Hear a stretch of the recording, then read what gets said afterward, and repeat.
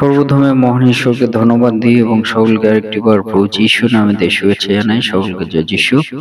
আসুন এই সময় আমাদের যে আলোচ্য বিষয় তা হলো যারা ঈশ্বর বিশ্বাসী তারা ঈশ্বর মনোনীত, সে বিষয় নিয়ে আজকে আমরা আলোচনা করব। তাই এই বিষয়টি যতজন ঈশ্বর সন্তানেরা আপনারা শুনতে চান, শুরু থেকে শেষ অবধি এই বিষয়টির উপর ঈশ্বর বাক্য শোনার জন্য আপনাদের প্রত্যেককে অনুরোধ থাকলো। আসুন আমরা এই সময় ঈশ্বরের বাক্য আমরা শুনি।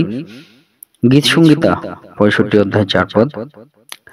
ধন্য সেই যাহাকে তুমি মনোনীত করিয়া নিকটে আনো, সে তোমার প্রাঙ্গণে বাস করিবে।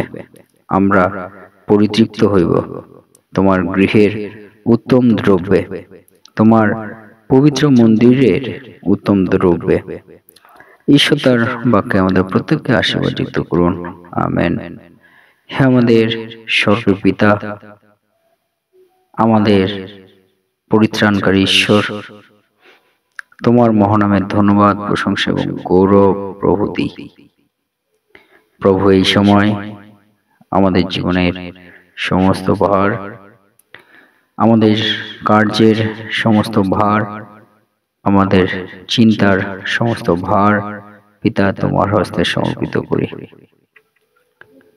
প্রভু, প্রার্থনা করি তোমার পবিত্র আত্মা পরিচালনা দাও। সঙ্গে সঙ্গে থাকো, সমস্ত ভার তুমি নাও। প্রার্থনা একমাত্র প্রভু যিশুর নামে চাই, আমেন। জয় যিশু, জয় যিশু। আজকে আমরা দেখি আমাদের পিতা ঈশ্বর তিনি আমাদেরকে যে বিষয় বলেন, যারা আমরা ঈশ্বরকে বিশ্বাস করি তারা আমরা ঈশ্বর মনোনীত। তাই পিতা ঈশ্বর তিনি বলছেন, ধন্য সেই আশীর্বাদ প্রাপ্ত যাহাকে তুমি মনোনীত করিয়া নিকটে আনো। অর্থাৎ পিতা ঈশ্বর তিনি মনোনীত করে নিকটে আনে। অর্থাৎ আমরা যারা ঈশ্বরের নিকটবর্তী হই, আমরা যারা প্রভু যীশু খ্রিস্টের নিকটবর্তী হই, আমরা যারা পরিত্রাণকারী ঈশ্বরের নিকটবর্তী হই, আমরা কিন্তু নিজ ইচ্ছাতে আমরা কিন্তু ঈশ্বরের নিকটবর্তী হইনি, কিন্তু পিতা ঈশ্বর বলছেন তিনি মনোনীত করেছেন। তিনি তাদেরকে মনোনীত করেছেন যারা প্রভু যীশু খ্রিস্টের নিকটবর্তী হয়েছেন, যারা প্রভু যীশুর নিকটবর্তী এসেছেন, তারা কিন্তু ঈশ্বর হইতে মনোনীত হয়েছেন। ঈশ্বর যদি তাদেরকে মনোনীত না করতো, তারা ঈশ্বরের নিকটবর্তী হতে পারত না। তাই প্রভু যীশু তিনি ফিলিপকে বলেছিলেন, ফিলিপ বলছেন যে প্রভু আমায় তোমার নিকটে এসেছি, কিন্তু ফিলিপ বলার পরে প্রভু যীশু বলছেন যে ফিলিপ, তুমি যে নিজ ইচ্ছাতে আমার নিকটবর্তী আসলে তা কিন্তু নয়। পিতা ঈশ্বর যদি তোমাকে আকর্ষণ না করিত, তুমি আমার নিকটবর্তী হইতে না। Amen, hallelujah. অর্থাৎ পিতা ঈশ্বর সদাপ্রভু তিনি যদি মনোনীত না করত, তাহলে কিন্তু আমরা ঈশ্বরের নিকটবর্তী হতে পারতাম না। তাই আমাদেরকে প্রথম যে বিষয় মনে রাখতে হবে, যারা আমরা ঈশ্বর বিশ্বাসী, যারা আমরা ঈশ্বর নিকটবর্তী হয়েছি, আমরা কিন্তু ঈশ্বরের আকর্ষণ দ্বারা, ঈশ্বর মনোনীত দ্বারা, ঈশ্বর আমাদেরকে মনোনীত করেছেন বলে আমরা তার নিকটবর্তী হয়েছে। আর এইটি কিন্তু খুবই গুরুত্বপূর্ণ বিষয় যে ঈশ্বর কিন্তু আমাদের উপর তাকিয়েছেন, আমাদেরকে দয়া করেছেন, তার হস্ত বাড়িয়ে দিয়েছেন। তিনি আমাদেরকে প্রেম করেছেন এবং মনোনীত করেছেন। আমরা কাদেরকে মনোনীত করি?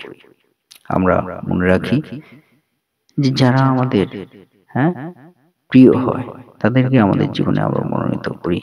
সঠিকভাবে প্রভু তিনি আমাদেরকে মনোনীত করেছেন, কারণ আমরা তার প্রিয়। হালেলুয়া। তার প্রিয় লোক, তাই তিনি আমাদেরকে মনোনীত করেছেন। কিন্তু সেটি পিতা ঈশ্বর তার নিজ ইচ্ছাতে। আমরা যে চাইবো যে আমাদের ইচ্ছাতে ঈশ্বর আমাদেরকে মনোনীত করুক, তা না, কিন্তু ঈশ্বর তারকে যিনি মনোনীত করেছেন তাকে তিনি মনোনীত করেছেন। এটা সম্পূর্ণ ঈশ্বরের ইচ্ছা এবং ঈশ্বরের মনোনীত হওয়ার একটা প্রসেস, পদ্ধতি। তাই ঈশ্বর যাকে মনোনীত করেছেন সে মনোনীত হয়েছে। বলছে সে তোমার প্রাঙ্গণে বাস করবে। আর যারা ঈশ্বর বিশ্বাসী তারা ঈশ্বর মনোনীত এবং তারা ঈশ্বরের প্রাঙ্গণে বাস করুক, পিতা ঈশ্বর তিনি চান।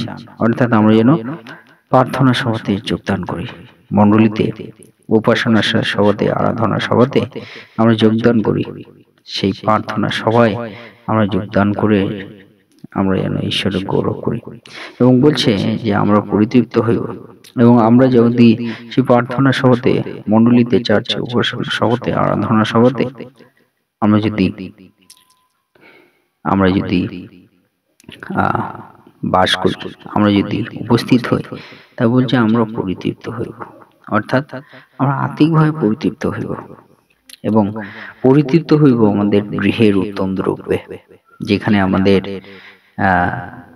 আমাদের অভাব আছে, সেই জায়গাগুলো পিতা ঈশ্বর উত্তম দ্রব্যে আমাদেরকে পরিপূর্ণ করবেন, পিতা ঈশ্বর তিনি বলেন।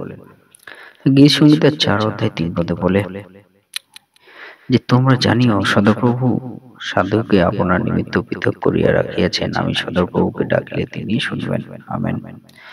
অর্থাৎ আমাদেরকে মনে রাখতে হবে, যারা আমরা ঈশ্বর বিশ্বাসী, ঈশ্বরের কাছে প্রার্থনা করছি, এবং আমরা প্রার্থনা করলে পিতা ঈশ্বর তিনি শুনবেন, তার মানে কিন্তু ঈশ্বর তিনি আমাদেরকে পৃথক করেছেন, মনোনীত করে রেখেছেন। তাই আমরা বলতে পারি, যারা ঈশ্বর বিশ্বাসী, যারা ঈশ্বরের কাছে প্রার্থনা করেন, তারা ঈশ্বর মনোনীত। তাই এই প্রার্থনাটা কিন্তু খুবই গুরুত্বপূর্ণ। প্রার্থনা ছাড়া এই জাতি বাহির হয় না। তাই প্রার্থনার মধ্য দিয়ে পিতা ঈশ্বর তিনি আমাদেরকে বলেন, যারা প্রার্থনা শিখে গেছে, প্রার্থনা করতে পারে, তারা কিন্তু ঈশ্বর মনোনীত, পিতা ঈশ্বর বলেন।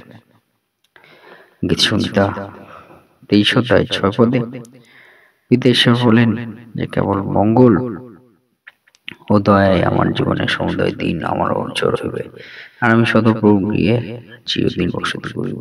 Amen, hallelujah.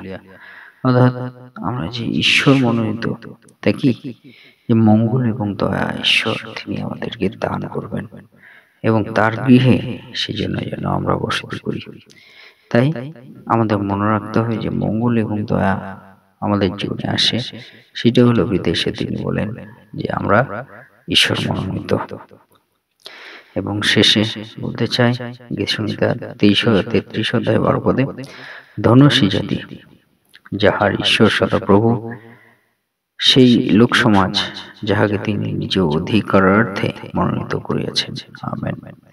এবং আমরা মনে রাখি, আমরা ঈশ্বর মনোনীত, ধন্য সেই জাতি যাহার ঈশ্বর সদাপ্রভু, আশীর্বাদ প্রাপ্ত সেই জাতি যাহার ঈশ্বর সদাপ্রভু আমাদের প্রভু যীশু। তাই আমরা মনে রাখি যে যারা প্রভু যীশুকে পেয়েছেন তার জীবনে ঈশ্বর হয়ে, তারা কিন্তু ঈশ্বর হিসেবে, তারা কিন্তু ঈশ্বর মনোনীত। তাই আজকে উৎসাহিত করতে চাই, আসুন আমরা যারা ঈশ্বর মনোনীত, ঈশ্বর তিনি আমাদেরকে পৃথক করেছেন, দয়া করেছেন, সে পিতা ঈশ্বরের চরণতলে আমাদের জীবনকে সমর্পিত করি, তাকে আমরা ধন্যবাদ, প্রশংসা এবং গৌরব দিই। ঈশ্বরের বাক্যে আমাদের প্রত্যেককে আশীর্বাদিত করুন। আমেন। আসুন আমরা প্রভু প্রার্থনা করি। হে আমাদের স্বর্গস্থ পিতা, তোমার নাম পবিত্র বলে অমান্য হোক, তোমার রাজ্য আসুক, তোমার ইচ্ছা পূর্ণ হোক। তোমার ইচ্ছা যেমন স্বর্গে তেমন এই পৃথিবীতেও সিদ্ধ হোক। আজ আমাদের প্রয়োজনীয় খাদ্য অদ্য আজ আমাদেরকে দাও, আর আমাদের অপরাধ সকল ক্ষমা করো, যেমন আমরাও আপন আপন অপরাধীদিগকে ক্ষমা করিয়াছি। আর আমাদের পরীক্ষাতে আনিও না, কিন্তু মন্দ হইতে রক্ষা করো, কারণ রাজ্য, পরাক্রম, মহিমা যুগে যুগে তোমারই হোক। আমেন। এই মুহূর্তে পিতা ঈশ্বরের প্রেম এবং প্রভু যীশু খ্রিস্টের অনুগ্রহ ও পবিত্র আত্মার সহভাগিতা আপনাদের সকলের সহবর্তী হোক, যুগ থেকে যুগান্ত পর্যন্ত। আমেন। জয় যীশু, জয় যীশু, জয় যীশু। ঈশ্বর আপনাদের প্রত্যেককে আশীর্বাদ যুক্ত করুন। আমেন। জয় যীশু, জয় যীশু।